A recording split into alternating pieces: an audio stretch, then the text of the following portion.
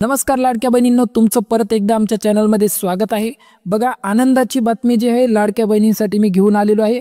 तसेच सोबतच एक महत्त्वाची अपडेट आहे। आज बरेच विषय आपण कव्हर करणार आहोत आणि आजचा व्हिडिओ फार महत्त्वाचा होणार आहे। त्यासाठी जे आहे व्हिडिओ शेवटपर्यंत नक्की बघायचा आहे। बघा, काल जे आहे आदितीताई तटकरे यांनी पत्रकार परिषद घेतली आहे। लाडकी बहीण योजनेसंदर्भात त्यांनी काही महत्त्वाच्या सूचना आणि महत्त्वाची माहिती देखील दिलेली आहे। पत्रकारांनी त्यांना विविध प्रश्न विचारलेले आहेत आणि मग त्या प्रश्नावर उत्तर देताना त्या नेमकं काय म्हणाल्या हे सगळं काही आपण या व्हिडिओमध्ये बघणार आहोत। तर बघा, अनेक लाडक्या बहिणींना जे आहे सप्टेंबर महिन्याच्या हप्त्याची प्रतीक्षा होती। काहींची ई-केवायसी कंप्लीट झालेली आहे, तर काहींची ई-केवायसी बाकी आहे। पण सप्टेंबरचा हप्ता कधी येणार? बघा, आज जे आहे आज 8 तारीख आहे आणि 8 तारीख उलटून गेली तरी देखील सप्टेंबर महिन्याच्या जे हप्त्याबद्दल कुठली अपडेट आली नाही। 2 हप्ते मिळणार की 1 हप्ता मिळणार याबाबत देखील सगळं काही क्वेश्चन लाडक्या बहिणींच्या मनात होते। पण आज त्या सगळ्या प्रश्नांची उत्तरे जे आहे मी तुम्हाला देणार आहे। काल जी पत्रकार परिषद झाली त्या परिषदेमध्ये जे आहे आदितीताई तटकरे यांनी जे आहे सविस्तर उत्तरं दिलेली आहेत आणि सगळं आता संभ्रम दूर होणार आहे। लाडक्या बहिणींच्या सगळ्या प्रश्नांची उत्तरे आज आपण बघणार आहोत। तर बघा, आजच्या व्हिडिओमध्ये आपण काय काय गोष्टी बघणार आहोत। हप्त्याला का विलंब झाला आहे? अनेक लाडक्या बहिणी ज्या प्रतीक्षा करत होत्या सप्टेंबर महिन्याच्या हप्त्याची, त्या हप्त्याबद्दल सविस्तर माहिती आपण देणार आहोत की हप्त्याला विलंब का झालेला आहे। त्यानंतर जी-आर दर महिन्यात काय असतं की हप्ता वितरित होण्याच्या अगोदर जी-आर येतो, पण तो जी-आर अजूनपर्यंत आलेला नाही, तो कधी येणार आहे याबाबत देखील सविस्तर माहिती जाणून घेणार आहोत। तसेच सप्टेंबरचा हप्ता किती तारखेला येणार हे देखील मी तुम्हाला या व्हिडिओमध्ये सांगणार आहे। आणि ई-केवायसी बाबत आता जी मोठी अपडेट आलेली आहे ती देखील एक नवीन अपडेट मी तुम्हाला सांगणार आहे। त्यामुळे व्हिडिओला कुठेही स्किप करू नका, व्हिडिओ शेवटपर्यंत नक्की बघा। तर बघा, लाडकी बहीण योजनेसंदर्भात जी काल पत्रकार परिषद घेण्यात आली त्यामध्ये जे पत्रकारांनी आहेत अनेक प्रश्न विचारलेले आहेत आणि त्या प्रश्नांना उत्तर देताना आदितीताई काय म्हणाल्या, चला सविस्तर जाणून घेऊया। तरी ते नीट लक्ष द्या। बघा, लाखो बहिणींच्या मनातील शंका मांडताना पत्रकारांनी जे आहे थेट प्रश्न विचारला होता काल। लाडकी बहीण योजनेचा सप्टेंबर महिन्याचा हप्ता अजूनपर्यंत बहिणींना मिळालेला नाही। आता ऑक्टोबर महिना देखील सुरू झाला आहे, तर बहिणींना हे सप्टेंबर आणि ऑक्टोबरचे हप्ते एकत्र मिळणार का? आणि सर्वात महत्त्वाचं म्हणजे पैसे कधीपर्यंत त्यांच्या खात्यात जे आहे जमा होणार आहे? आणि लक्ष द्या। बघा, पत्रकारांनी विचारलेल्या प्रश्नावर महिला व बाल विकास मंत्री आदितीताई तटकरे यांनी जे आहे महत्त्वाचं स्पष्टीकरण दिलेलं आहे। त्या काय म्हणाल्या ते नीट लक्षपूर्वक ऐका। दर महिन्याला आम्ही लाडकी बहीण योजनेसाठी सरकारकडे निधीचा प्रस्ताव मांडतो, सरकारकडून प्रस्ताव मंजूर होतो आणि जी-आर निघतो, त्यानंतर निधीचं वाटप जे आहे ते सुरू होतं।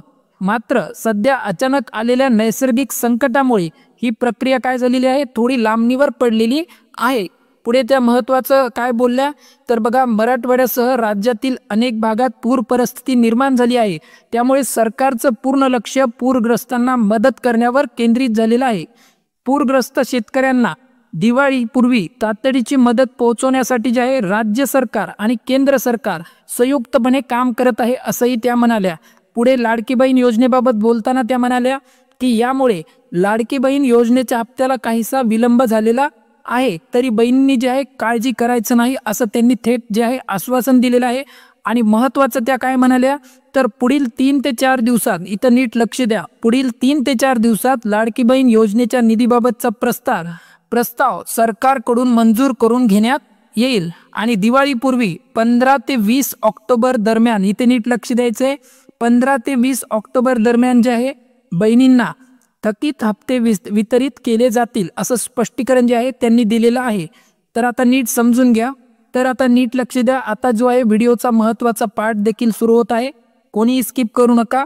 बघा, पत्रकारांशी बोलताना आदितीताई तटकरे यांनी जे आहे महत्त्वाची एक इन्फॉर्मेशन दिलेली आहे पत्रकारांना, ती फारच महत्त्वाची आहे आपल्या सर्वांसाठी। बघा, महिला व बाल विकास विभाग जो असतो तो काय करतो, दरवेळेस 1 ते 2 तारखेच्या दरम्यान एक प्रस्ताव तयार करतो। त्या प्रस्तावामध्ये जे आहे निधीबाबत तो इथे लिहितो आणि मग निधीवाला जो प्रस्ताव आहे सरकारकडे देण्यात येतो। ठीक आहे, आता सरकारकडे देण्यात आल्यानंतर सरकार जे आहे निधीवर या मंजुरी देतं, त्याला जवळपास 1 ते 2 दिवस लागतात आणि मग मंजूर झाल्यानंतरच जे आहे GR निघतो। मग आपल्याला बरेच जणांना असा प्रश्न होता ना की GR अजून का आलेला नाहीये, तर यामुळे GR जे आहे आलेला नाहीये। मग आज 8 तारीख आहे, पण मात्र तुम्ही चिंता करायचं काम नाही। 8 तारीख आहे, आदितीताईंनी काय सांगितलं, पुढचे 3 ते 4 दिवस आम्ही या प्रस्तावावर जे आहे मंजुरी घेणार आहोत। म्हणजे जवळपास किती तारीख येईन बघा, जवळपास एक 12 तारखेपर्यंत जे आहे प्रस्तावावर मंजुरी घेण्यात येईल। आणि मग त्यानंतर 13 तारखेला जे आहे 13 ते 14 तारखेदरम्यान जे आहे GR काढला जाईल। आणि एकदा GR काढला की त्यानंतर काय होतं, GR द्वारे सगळ्याला कळवण्यात येतं आणि त्यानंतर DBT द्वारे म्हणजे डायरेक्ट बेनिफिट ट्रान्सफर याद्वारे जे आहे सगळ्या महिलांच्या खात्यात जे आहे पैसे वाटप सुरू होईल। आता हे पैसे वाटप कधीपर्यंत चालू होईल, तर बघा पैसे वाटप जे आहे 15 तारखेच्या नंतर चालू होईल आणि हे पैसे वाटप जवळजवळ 20 ते 22 तारखेपर्यंत जे आहे चालेल। ठीक आहे, आता यंदा काय दिवाळी आलेली आहे, दिवाळीच्या सणानिमित्त सरकार कोणालाही जे आहे नाराज करणार नाहीये। सगळ्या लाडक्या बहिणींना जे आहे पैसे मिळणार आहेत। मग बऱ्याच लाडक्या बहिणींचा असा प्रश्न आहे की KYC जर आमची झालेली नसेल तर आम्हाला येईल का, तर हो, यांना देखील यावेळेस येणार आहे।